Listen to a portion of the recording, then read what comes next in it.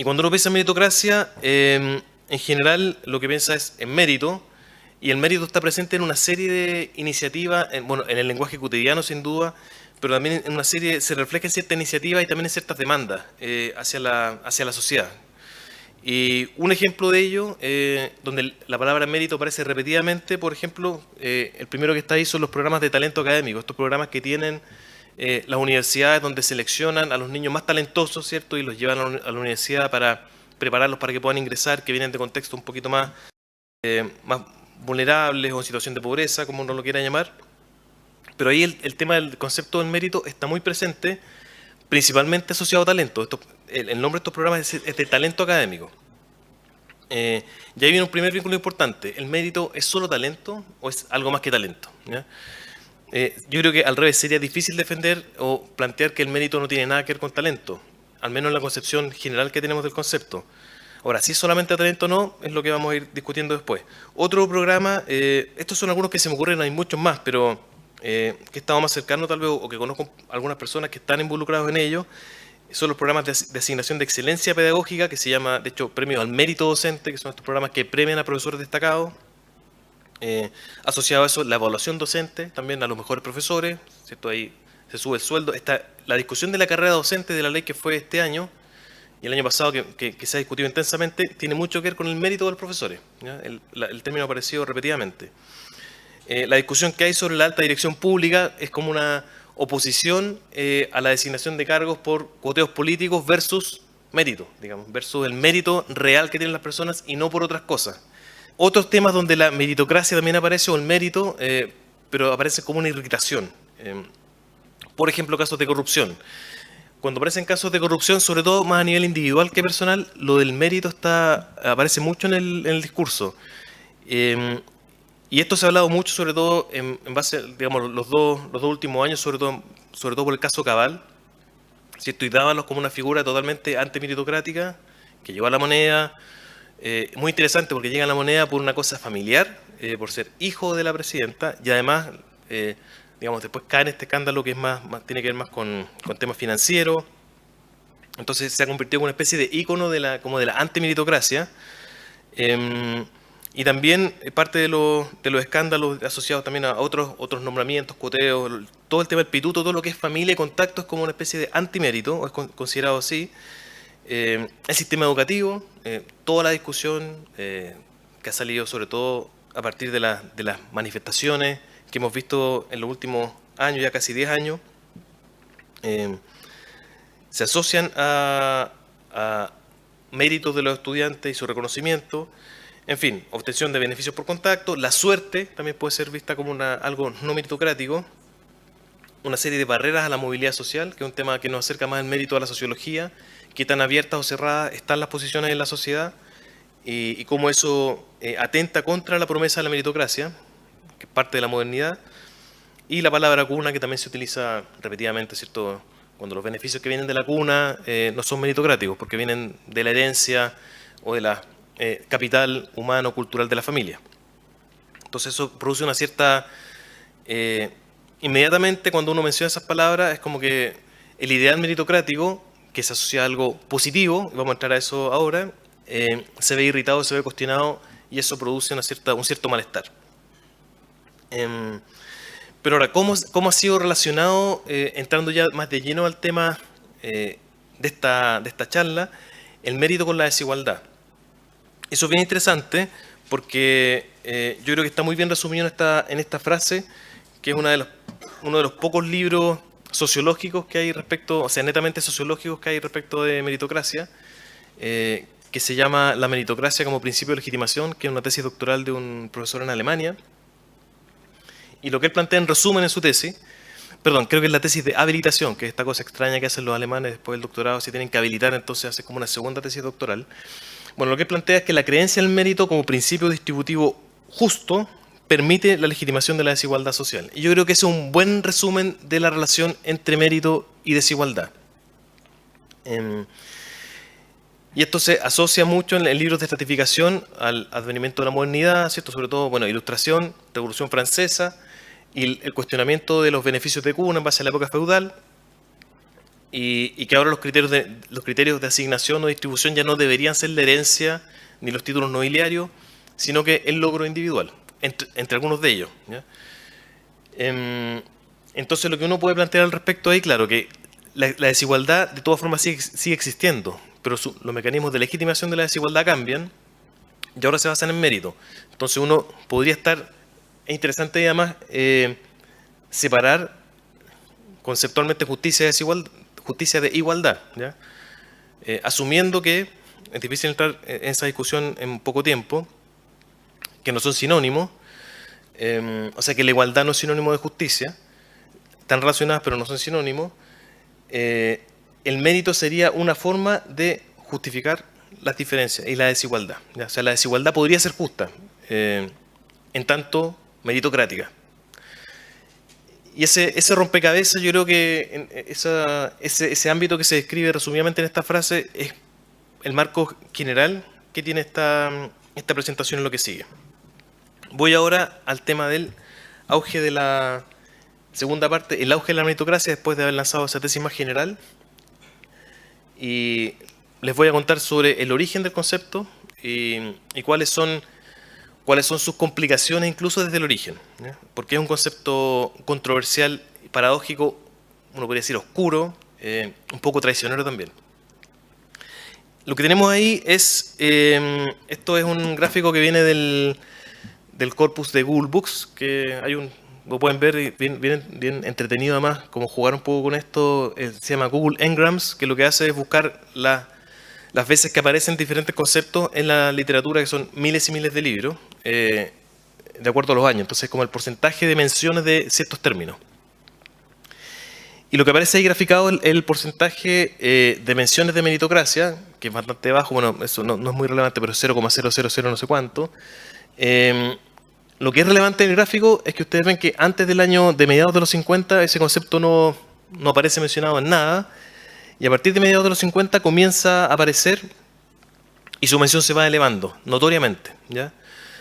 Y esto es bien importante rastrear el origen del concepto, porque uno podría pensar que por su relación tal vez con otros conceptos, incluso fonética, como meritocracia o aristocracia, o democracia, como los que terminan en cracia, sería algo muy antiguo. Y la verdad es que no, es un concepto muy nuevo y su fecha no lo puede rastrear específicamente, que es lo que voy a contarles después. Pero antes quería igual mostrar de este mismo, para hacer la comparación, este mismo gráfico, porque ahí, no sé si se ve el puntero, no se ve mucho, pero meritocracia es lo que está acá abajo, y si bien aumenta desde el año 58, comparativamente con otros términos, apenas se alcanza a ver la diferencia, porque tenemos ahí redistribución, tenemos desigualdad,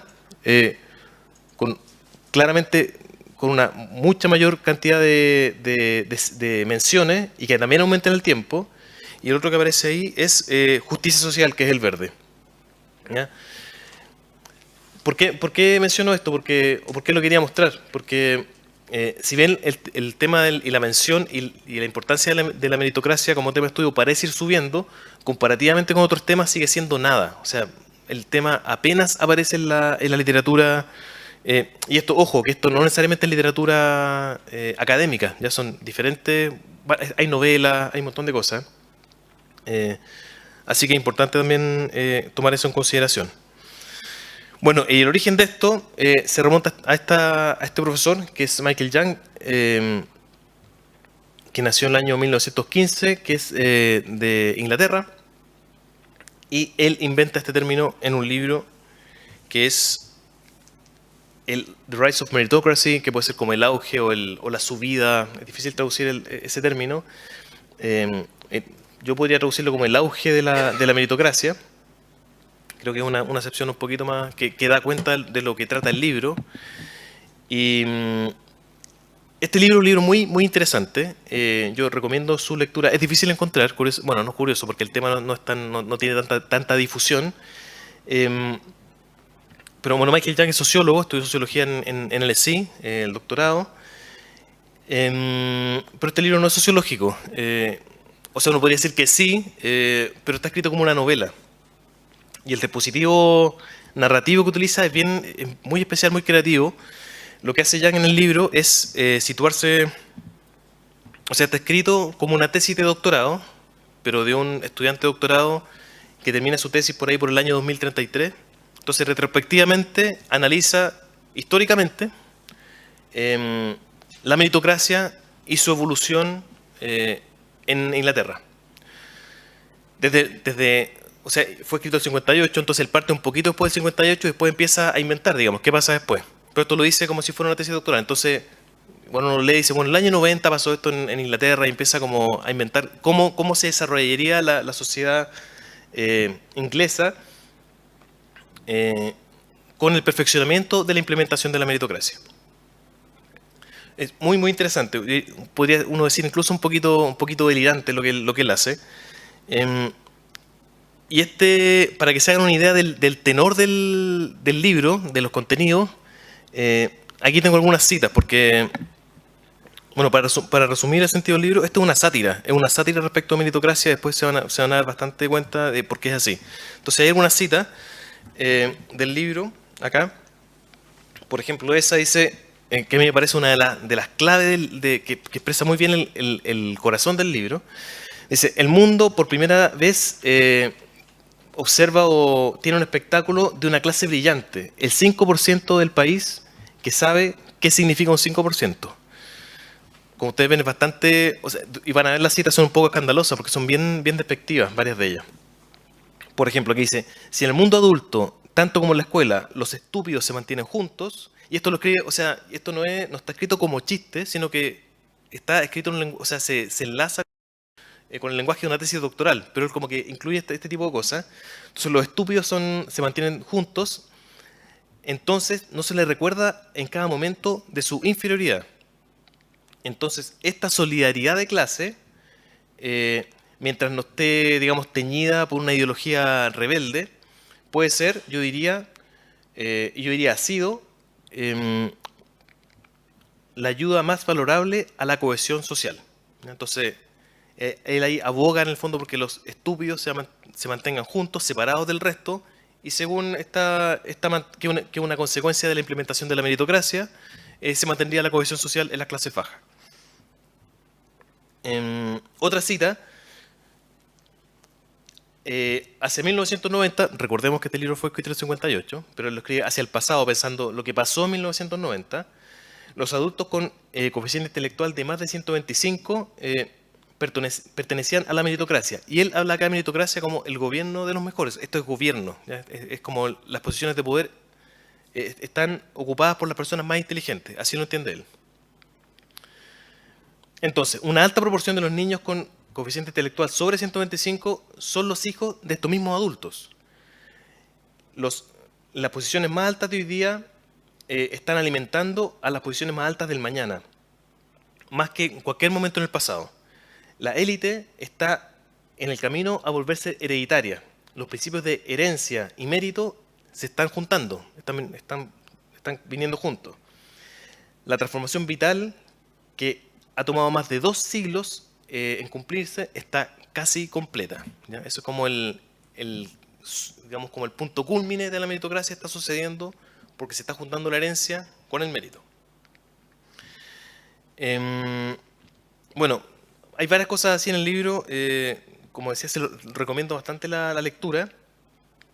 Ya que hay una última cita de Young, él murió en 2002, entonces esto yo creo que fue una de las últimas cosas que escribió. De hecho, esto es una cosa del periódico.